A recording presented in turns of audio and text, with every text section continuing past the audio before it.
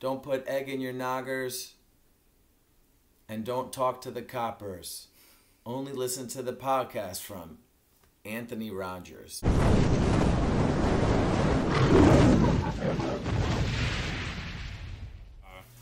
One of the best rappers in the game right now. Thanks. We met in Hollywood? Yeah. You didn't. I knew you didn't remember.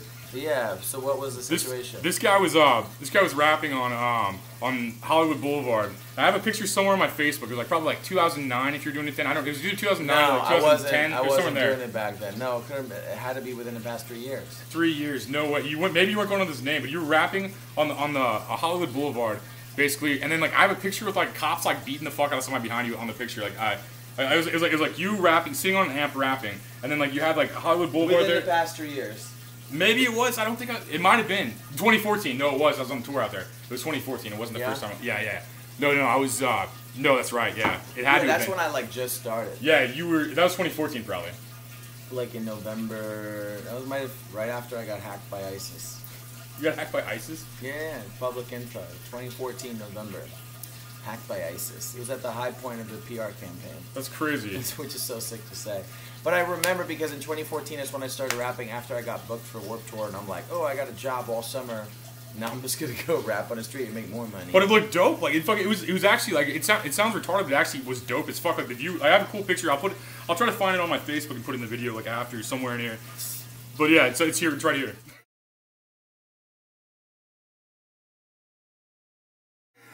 Yeah. But like yeah, well the cool thing is that like when you're performing on the street, there'd be people with like massive cameras coming out and they'll just be like shooting pictures of you, and then next thing you know they send you those pictures and you're always getting good content. Yeah, because people are filming you and they're like, yo, some guy like doing a photo shoot of you as like this magnificent street artist, and you're like, yo man, send me these pictures, it's sick, thank you. Dude, yeah. I'll have to look through my pictures. I have it somewhere. I gotta look through my photos on my Facebook. I know I have it like somewhere. But I'll literally just freestyle for like 3 hours straight and just dude, yeah. Out and then sell some merch, and then that's my job, you know. So yeah, that was dope. I remember that. That's crazy. That's cool. I remember meeting you like that and then seeing you like do a show with a song or a show with Montesiano where both and it's like just packed out and shit. Like it's fucking dope. Like seeing like every aspect of the artistry basically. Like you know what I mean? Where like you seem like you just constantly fucking work. Like you're just like you're just in different cities. You're constantly. I love it. I love to come. I love working. I think working is, I don't know. I'm essentially so lazy. So if like I could work doing something I like to do, that's how I want to work. I don't want to ever like work at going to another job. I just have so much fear, like applying for a job and being like, okay, you're gonna do this, and like you can't do that right now. You're doing this. I'm like, bitch, you're paying me $20 an hour. Go kick rocks. Like, that's exactly why I started a company. I hate that shit. Like I can't stand like ever working for anybody else. Like because like for yourself. Yeah. They don't like this makes enough money basically right now, and I'm going to school off of it. I'm just basically that too. So wow, that's cool. So I basically just like do this like to make like. It's not a lot of money, but enough money to get by to not work a job, basically. Yeah. You know what I mean? Well, if you keep on doing that, if you keep on getting people like you, and then like new rappers and stuff like that too, on top of you, like getting like these new guys too. Like I think it's going well with the guests and shit. I mean, like it's like the 12th. You had a guy from NASA. Yeah. The last interview we did was a guy from NASA. A guy with an aerospace company made that Alexander the Great 3D print. Wait, what'd you say there? The 3D print of Alexander the Great was made by a guy who owns his own aerospace company. We did he was like one of the. This is a 3D print. I thought it was a statue. It's a 3D print of the statue in the British Museum of Alexander the Great. Man, dude. He just made it for you, like in a printer? No, he made it. Came out of a printer, like 3D Epson printer. ink. Yeah, it was original on paper. I'm just joking. My first CDs, we used to put the CD in the Epson, and it would print the cover on the CD. I remember those. Remember those? Dude, I remember those. How old are you? 37. Okay, that makes that was. I'm about the same age. Like that. I forgot about those. That was like 2008ish, somewhere in there probably. 2005. I remember that shit. Yeah, like that's crazy. 2005, 2006. Yeah, because I had just got sober, I remember, and that was like the time in my life where I was like, yo, I'm about to start selling these CDs. Dude, yeah, I forgot about delivering. Those. Like, you want to hear my raps? Like, buy my CD, like, throw me some money for a CD. Like, it costs $1 to print them up, and you pay me, I don't know, $7 or whatever. Make money, and that's it, That's for some merch game, too. It's like and it was like the OG merch game. Yeah, I just had to cover on it, and I would type up. Anyways, I still have one hanging in my apartment in LA. That's awesome. Cool, man. What's your address? Yeah, I totally. You can actually find someone's like, you posted your address online, you know that, and I'm like, no, like, what if people are gonna come and like kill me? It's like knocking your door. They're like, hey. Yeah. Like, what's up, man? I don't like your picture in real life. Yeah. No shit. So. Should we let go to an ad? I don't know. Should we let another ad? Sure. Okay.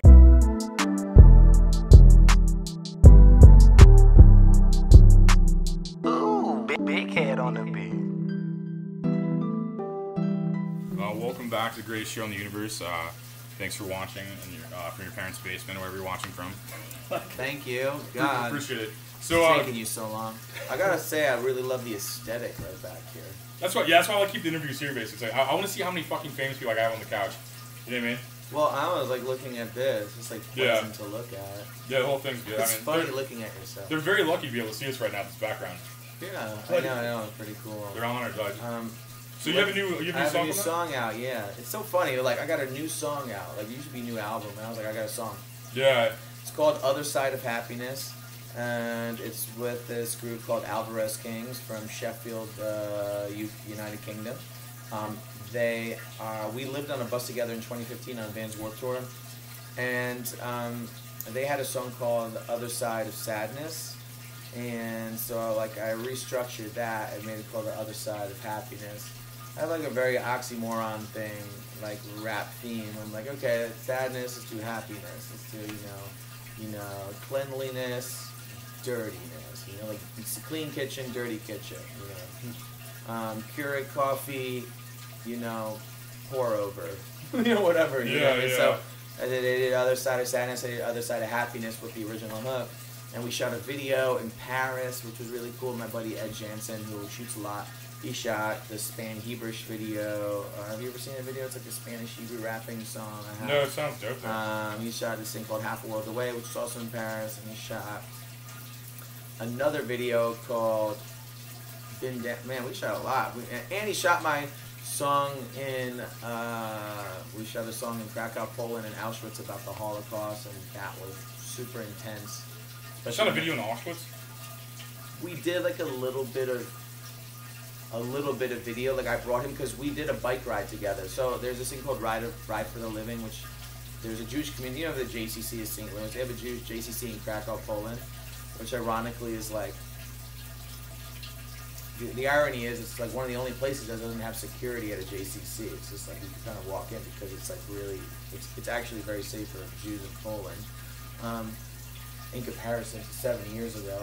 So we went there and we went to ride the bike, so we all met up, and Auschwitz, there's like two places, and we did a bike ride with, they have something called March for the Living, this is Ride for the Living. So we get all these rent-a-bikes and we ride from there. It's a 55-mile bike ride. We rode together, so we shot some, me and Ed rode the bikes, and then we shot the concert, and I performed in this like 19th century synagogue. It was like red and gold, and it's beautiful. That's dope. Like it was dope, and it was like 1,000. Yeah, no, and it's called Night of Seven. So there's like 7 synagogues in Krakow, Poland. One's a 19th century, 18th century, 17th century, 16th century, 15th century synagogues, and people that aren't Jewish, they all just come and they like visit all this, and it's like this festival, and then they had music in one. So I performed there, and we shot this video, and and so this guy Ed, who shot this video for me and Alvarez Kings, yeah, it was my last Instagram post. So that video's up right now? The video, thank you. The song is out, just a clip of the video is up right on the Instagram. I'm just letting that circulate for a little bit. When's the video coming? I don't know. You already got my attention, but I looked at the video in Paris, it sounds dope. Yeah, and it was so cold. It was so damn cold. I'm seeing a lot of rappers do like a lot of European like tours and videos right now. I think it's a good market for rap. I think just people are like, oh, you're in Paris, and oh, you're in like this, you know. Well, here, yeah, people are just like this legend, but like I feel like even there, they're like, oh, you're an American rapper. I think like it's just like more or less like you have it's such a good market. Like Peep and all those people did that, like blew up kind of over there, I think first. Yeah. All those new SoundCloud rappers kind of blew up there and then came here and blew up. They love it out there, dude. Russia, all shit.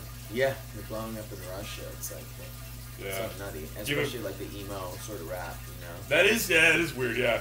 But yeah, this song is sort of like emo-ish and like Warped Tour-y, and I'm excited about the fact that, well, that people are responding well to it. So you could stream it. I'm sure you'll have this little Apple Music and Spotify and Yeah, use your porn machine to look up his music right now. yeah, right on your phone. Do you have Spotify account? Oh yeah, I have Spotify and Apple Music both. I'll show it to you. Wait, someone just called me. But here we go. I don't know if we can show it to the viewers. Play, yeah. It'll come up. Is it like we're gonna get in trouble for copyright with YouTube or anything? No. Okay, cool. But anyways, as long as that doesn't appear. The other side of that's it. And just play it. I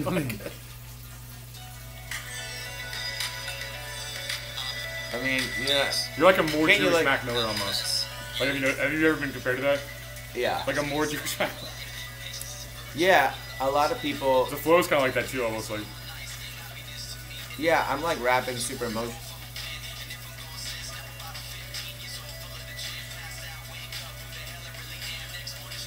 Hold on. Can we stop this song? Yeah. Oh wait, no, you're sorry. Keep rolling. Okay. Okay, so after the, so I was just, so whatever. You guys will listen to this song. We're not gonna talk about it. You know what I mean? So I'm not gonna play it in front of you while you're looking at me playing it. So after the Pittsburgh thing happened, I wrote something for Variety magazine. Awesome. Which you could sing about. Did you see it about Mac Miller? Yeah. Yeah. So I wrote that. So after that, so Mac Miller's from the same neighborhood that they had a terrorist attack in Pittsburgh. Yeah, like so, Pittsburgh. I went to the synagogue. We were just there, so we went to synagogue. It's really it was 1 week after. So went there. We played in Pittsburgh because we scheduled to play there. Then we went to the Mac Miller vigil. So now everyone's, just people are like, we're bringing Nazis, the Holocaust. They start looking at more Holocaust things, and somehow I've seen there's this band. It's called the Holocaust Klezmer Band, and I just got a text from them, and I want to maybe book them for South by Southwest, and it's like Mr. Ruby. The Holocaust Survivor Band. So it's all Holocaust survivors in a band, and it's like the world's only Holocaust survivor band. That's a crazy gimmick. Like, I know, and it's. Well, that's kind amazing. of interesting. No, it's interesting too. Like, it's like I don't know. How old are they? So I imagine you have to be in your 80s almost. Like probably like. Yeah, and the guy was playing music back in the day when he was in the Holocaust in concentration camps. Wow. Survived the Holocaust, and now he's in the world's only Holocaust survivor band. That's and I'm like, dude, they should play something that's really current. Like they should play a real festival because it's a klezmer band, and klezmer's awesome. Yeah. And actually in Poland and in Krakow they have they have the Jewish Music Festival, and it's 20,000 people, and it's all Jewish music. And they get people from Israel and Jewish musicians, but the people that throw it aren't Jewish. It's really trippy.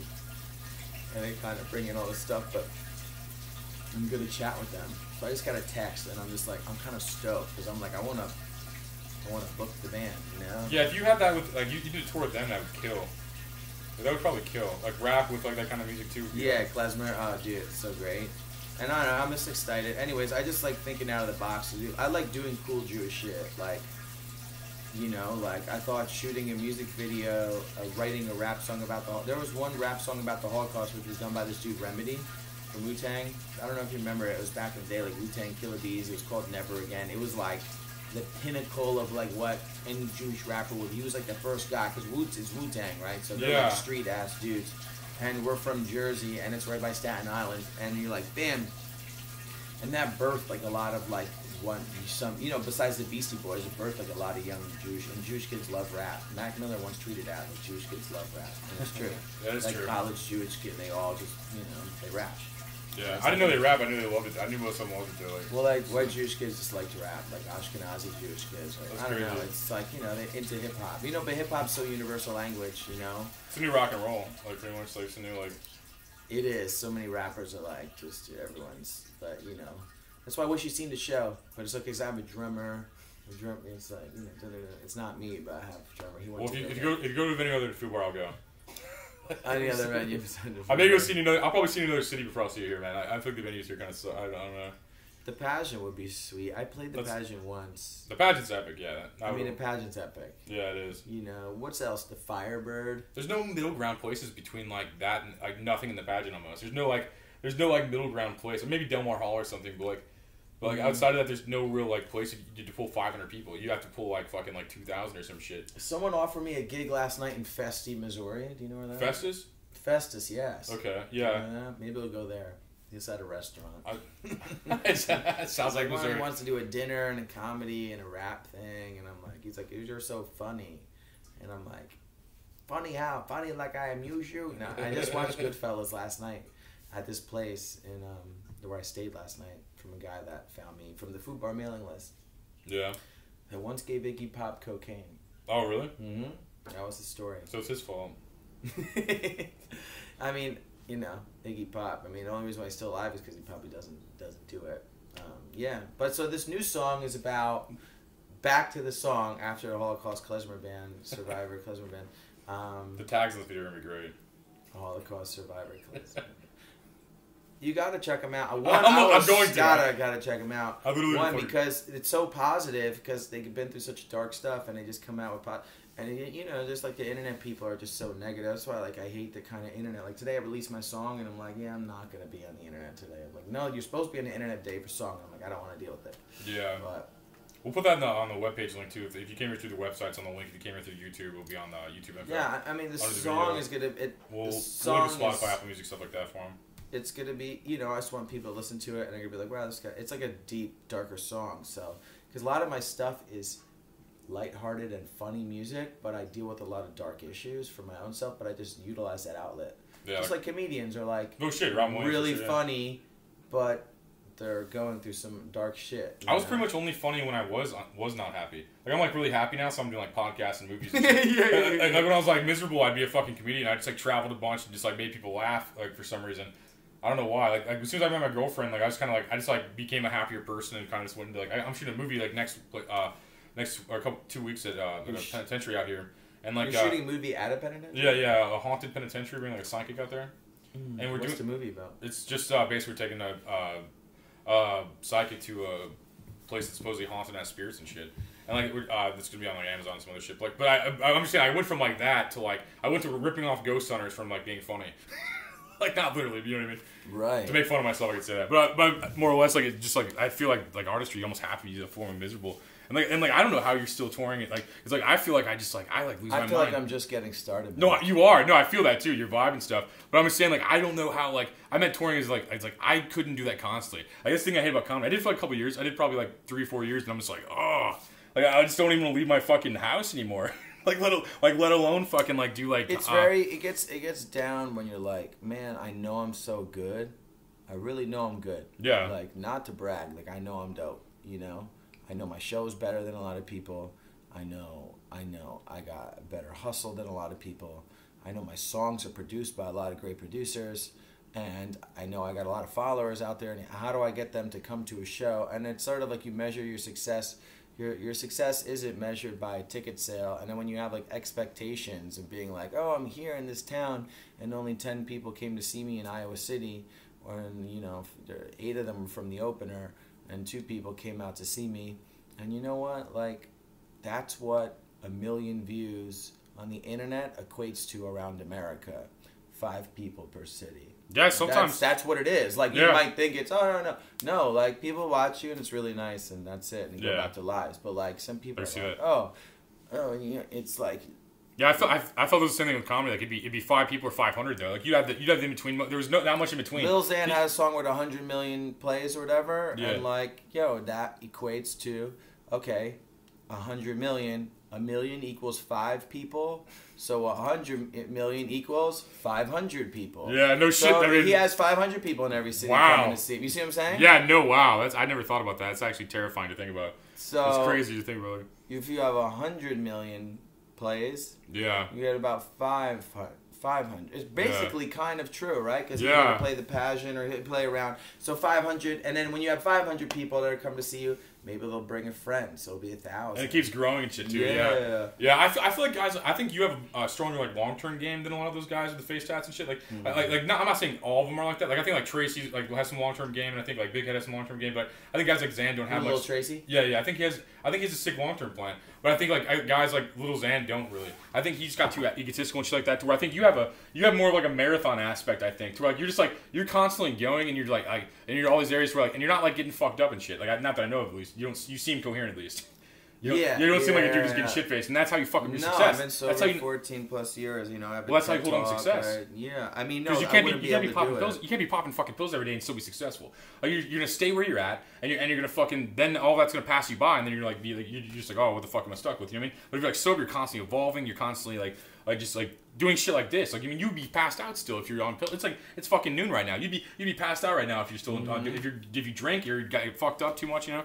Yeah. You wouldn't even be here for an interview. So and that's so crucial to your campaign. You know, basically go to towns, do every fucking thing like this, do your shows, do your fucking social media. Yeah, go meet with people and be like, hey, what's up? You know, just try to see everyone you could see before you leave. Like, we have a show, not tonight, but tomorrow night in Denver. And, you know, it's 13 hours. We got the crew to this. And at least you have people with you, man. Comedian, like, I'd have to drive that straight, bro. I've done it. You started. It's probably started. Yeah, you have to in the beginning. Yeah, it's done. I mean, and you know, like, you have to. If you sometimes you bring people, you just got to pay a little bit more. But it's a double-edged sword. You got to bring the right kind of person that's fun to travel with, because most people suck and they don't know how to travel. You put them in there, like knowing how to travel is a thing. Unless they have a shit ton of money, then they have like cheat codes. But basically, like I feel like you just buy hotels wherever the fuck you want. But if you're like on a tour and stuff like that, like artists like that, like some of them are just so fucking annoying. Like I would tour with people and I was like, I'm like, I couldn't fucking do it, bro. So I had to do it myself. I feel like, but then even then you're driving like 14 hours just pounding that like energy drinks, I guess, to stay awake, and that cold wind on your face, like rolling the window down, like playing pop songs so you don't fucking fall asleep. Yeah, like, I've done it. I've done the drive from like Fargo to Denver, and it was like Fargo to Denver, you said, or Denver to Fargo. Wow. Yeah. I literally. How many hours is that? It was like 13 plus Jesus. out. You know what I mean? So like 15 and. I always try to break it up. I'm going like if I'm going to like. I feel like I'm going to like the West Coast. I like break up in Colorado or like something like. I mean, so I'll never stay in Kansas. I just fucking you have a terrible drive through Kansas coming for you. Oh yeah. That's the worst. Yeah, we went through it on the way. Oh fuck yeah, that's twice. That's crazy. Yeah, that's the worst drive. But as soon as you get to Colorado, it's fucking epic. It's worth it all. It's the rocks are great. I'm wondering where my drummer is. I guess he went to the store to get smokes. Yeah. Yeah, he's a good guy. But yeah, that's this song. I'm hoping to make these. Replayable songs. Everyone loves a song so much that they're like, wow, this is such a great song, and it takes off, you know. Yeah, for sure. It's nice to release it, but that's how you get people to come to the show. Just keep doing it. Yeah. Keep releasing the music. Yeah, it's like basically the 1960s again, like how the Beatles did it and shit like that. I feel like from like I'd say like the 70s to like 98 was more about the album. And I think like then the industry didn't know what to do, and then now they realize people just want singles. They want like rapid new songs. They want to connect with you all the time. Probably they want to see you like through social media and shit. Yeah, because like this in a day, like if you needed to get you would have to come to the show. You know, everyone would have to come to the show to like meet, because it's the only place you know where the band's gonna be. Yeah, but now we can watch your shows on like YouTube and shit. We just, message a guy directly. Like I'll tear through your live shows on YouTube though. Like the Modest Jive thing was sick, dude. Like you know what I mean, like. I'll like tear through shit like that, and like I'm like so bad. I'm not bad at that too, man. It's like I feel like I'm just some old dude just sitting here. It's like, oh, listen to this music. You know, I'm just like I don't get fucked up. I don't drink. You know, it's just like I just feel like I'm surrounded by drunk people. I go out. I'm like, so who else has been in this seat right here? So you got astronaut. So an aerospace scientist. Usually it's me and the co-host interviewing people like off video though. Like you mean like we had the dude from like Blank Check. Like that was fucking dope. I love that shit as a kid. Like that movie. Yeah. That movie Blank Check when we were kids. Mm-hmm. You remember that shit? I don't remember. Dude, you probably might still like it. Yeah. It's a great. This movie. Get somebody from Sandlot. Sandlot too. That's more epic probably. The dude who played Repeat, he was the kid who Repeat Timmons was the character name. Shane is his name in real life, but he came on just like. What is he doing now? He owns a restaurant. He's not really he's not like a jaded like person like Corey Feldman or some shit. He's just a dude just like kind of like successful, and he's like, oh, thanks for watching The Sandlot still. I love Corey Feldman. Yeah, you're from LA. You almost have to, I think. Like I did. I met him. I don't know. He's just like I don't know. I thought it was amazing what he did on TV. I just thought it was great, dude. Like I don't know, man. Like you gotta respect somebody that come. I don't know. I always try to show respect. I can't ever imagine loving somebody and then turning around and hating them for who they are. And that's one thing I did learn about the industry. When you do meet the people that you really revere, it's like You're always going to get let down. They all suck. They're not the character on TV. They're yeah, humans. It sucks you know every time. Yeah, dude. Well, I used to promote shows like probably like 8 years ago or something like that. I was like doing bar promo and shit. And I booked bands I liked a lot and shit. Like I booked like Orgies. I loved that band as a kid. And I'm just like, I meet Jay Gordon from Orgy the Singer, and I'm like, really? I'm like, he's just a douchebag. He's like trying to get me to buy him Oreos and shit. I'm like, your goal is to buy you Oreos? I'm like, oh, this is a weird thing. I don't know. As a promoter, it's like, I'm like, I meet like one of your favorite singers as a child, and you're just like, okay. Where do you play? Where'd you guys play? Oh, dude, I booked him in like a fucking like shopping center bar. Really? I called Brewski's No Found. Like my hometown's like 45 minutes from here, and like yeah, we booked him there. And like his tour was just like it was like New York, Chicago, LA, O'Fallon, Missouri. Like it was just like hilarious. Like it was dope. He came out and shit, but it was just a disappointing medium. I feel like, I mean, I wish him luck whatever he's doing. But Did he have like a lot of people come out and see him? Yeah. We had the town pretty much. Like I pretty much like knew a bunch of people in town, so it was pretty easy to get him. What's called O'Fallon? Yeah. It's 45 minutes from here. It's in the suburbs basically. Like it's just west more or less. It's where everybody moved from St. Louis basically. Like when St. Louis started getting like rough or something, everybody just like went out there. But this is where the fun at. Reality is a lot more of a letdown than fantasy. It is. In all aspects of life. Yeah, it's like if I would actually meet Elvis, I probably wouldn't have a picture of him. Like, I mean, if I was actually able to meet him, it was probably he was probably like a shitbag, got fucking wasted and shit. But he sold himself well. Yeah, I know. We just went to the Memphis Graceland. Went to Graceland. How was that? It was sick, dude. Yeah, I went there a couple years ago. Like, did you go to the airport? With his cars and the airplane in the back? Nah, I didn't see it. We were at the airport, but we played in Memphis. You did his house? Yeah. Okay, yeah. We had 4 people come to the show in Memphis, and we were proud of it. Where did you play in Memphis? Midtown or?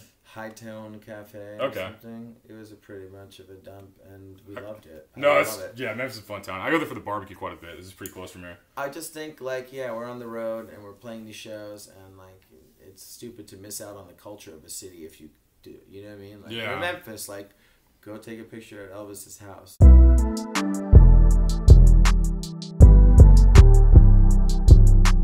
Ooh, big head on the beat. Thanks for watching. Thanks for having me on the show. No problem. Kosha Dillz.